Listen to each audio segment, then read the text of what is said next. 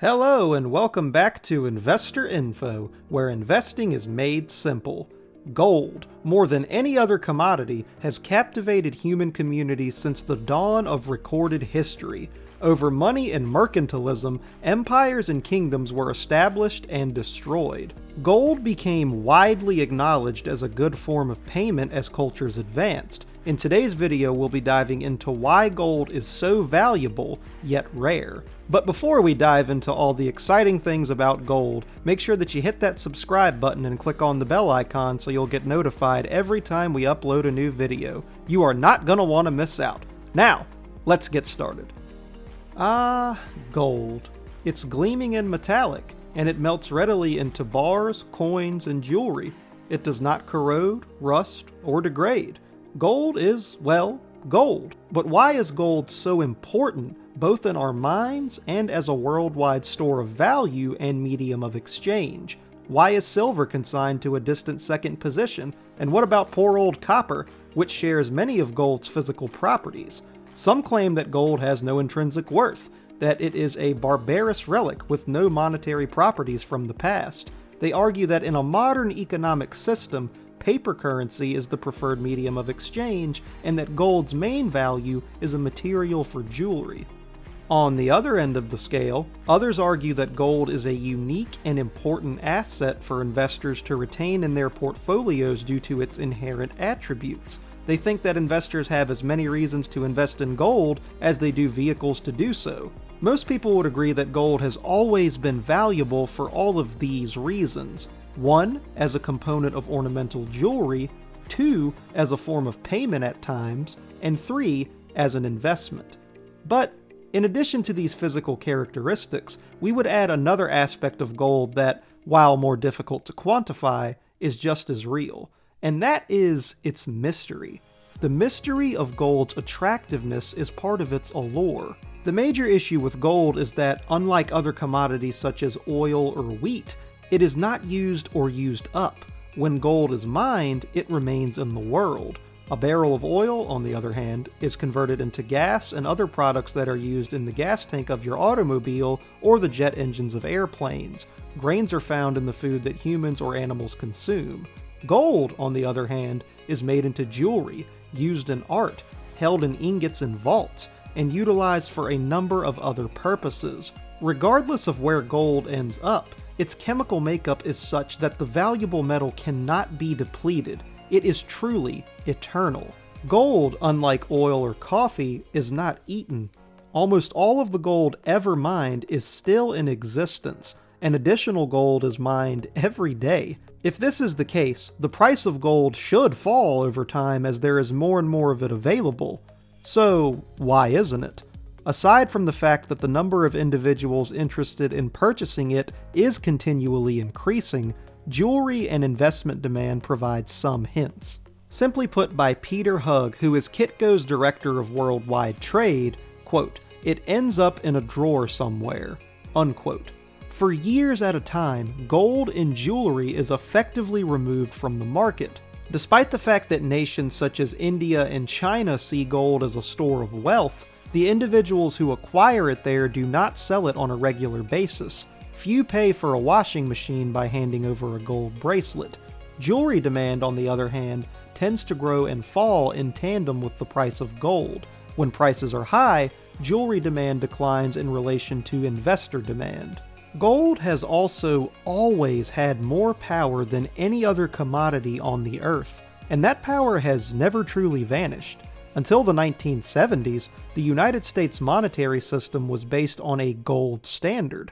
Proponents of this standard believe that because the quantity of credit issued is connected to a physical supply of gold, such a monetary system efficiently regulates credit expansion and imposes lending standards discipline. It's difficult to disagree with such a line of thought after nearly 3 decades of credit expansion in the United States resulted in the financial catastrophe in the fall of 2008.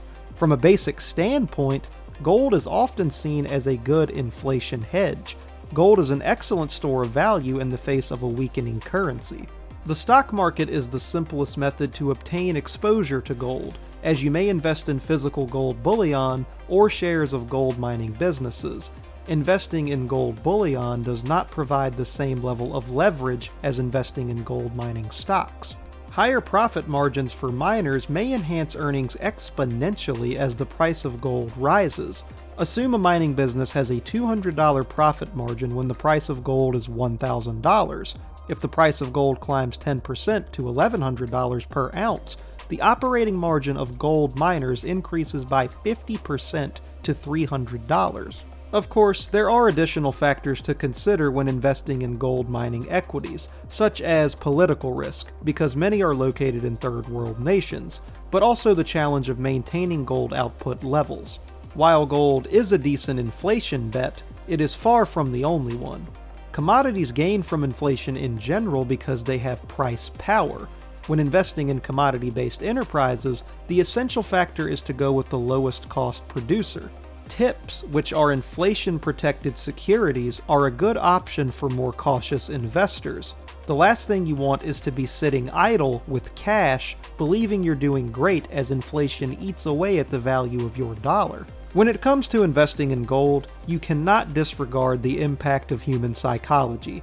The precious metal has historically been a safe haven investment during times of fear and uncertainty, which often accompany economic recessions and depressions.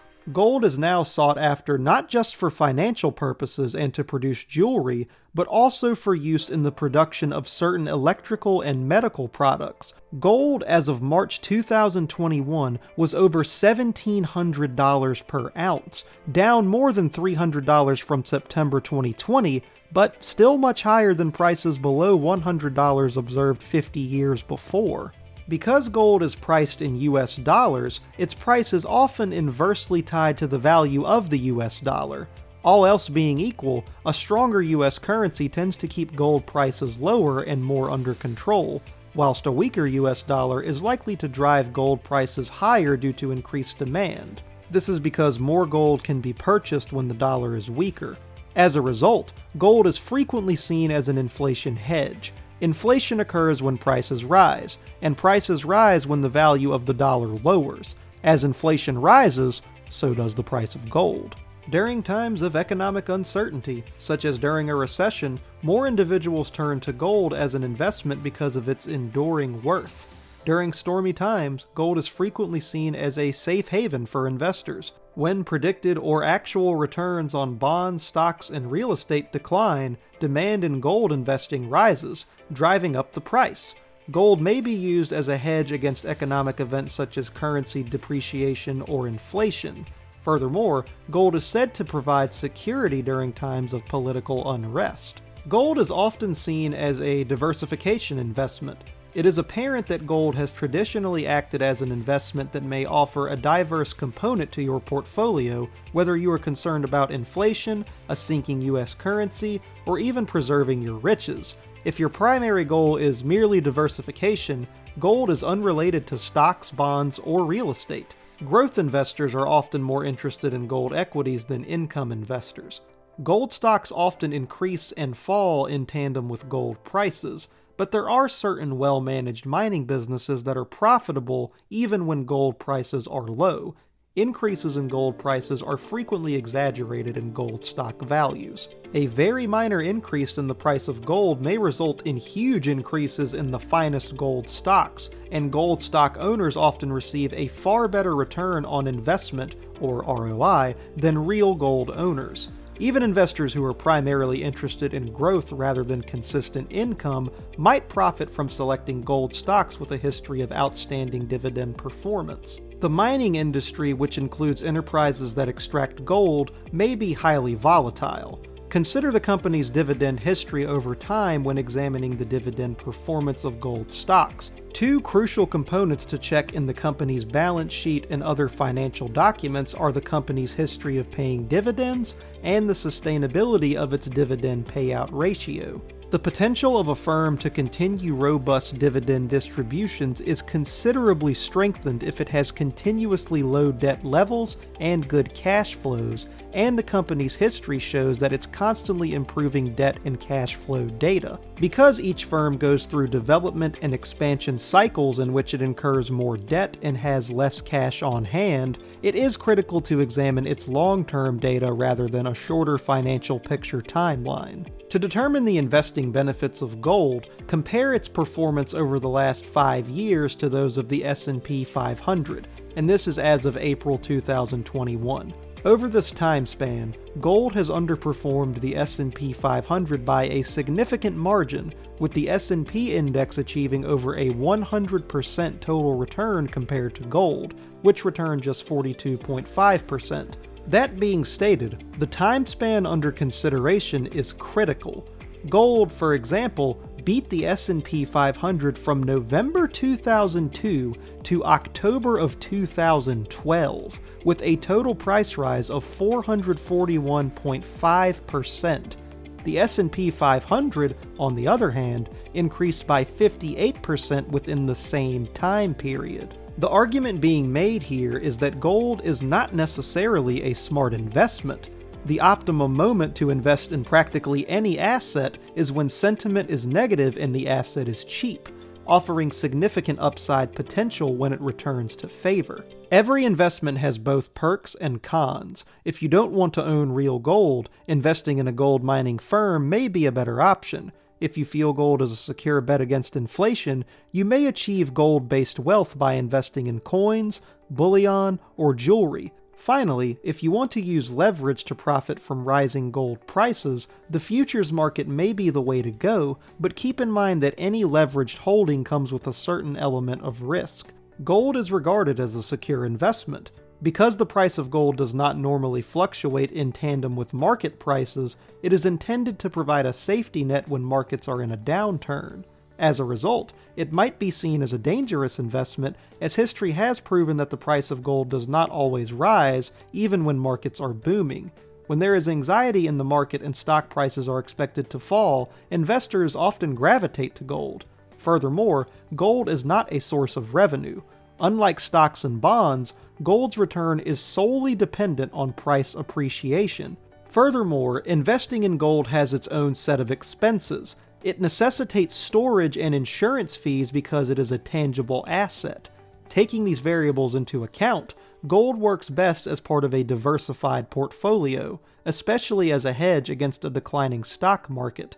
So, now let's take a look at how gold has performed throughout time. As with any investment, it's critical to evaluate the time frame of investment as well as market research to get a sense of how markets are likely to perform. Gold is not a surefire investment since, like equities and bonds, its price varies based on a variety of global economic conditions.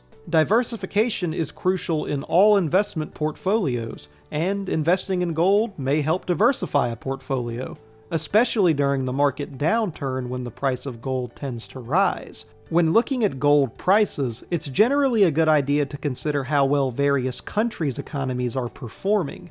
As the economy deteriorates, the price will generally climb. Gold is a commodity that is unrelated to anything else. In modest amounts, it may be used to diversify a portfolio. Gold can be purchased through exchange-traded funds, or ETFs, shares in gold miners and affiliated firms, or as a physical product. These investors have as many motives for investing in metal as they do techniques for doing so. We have long been infatuated with gold and will likely continue to be so. Today, demand for gold, the quantity of gold in central bank reserves, the value of the US dollar, and the desire to store gold as a hedge against inflation and currency depreciation all contribute to the precious metal's price. And there you have it, folks. Now that we've discussed why gold is so valuable, let us know in the comment section down below if you plan to add it to your portfolio. Remember to always do your research and make the most of your resources. If you found this video helpful, feel free to leave a like and subscribe to our channel for more videos just like this one. See you in the next video.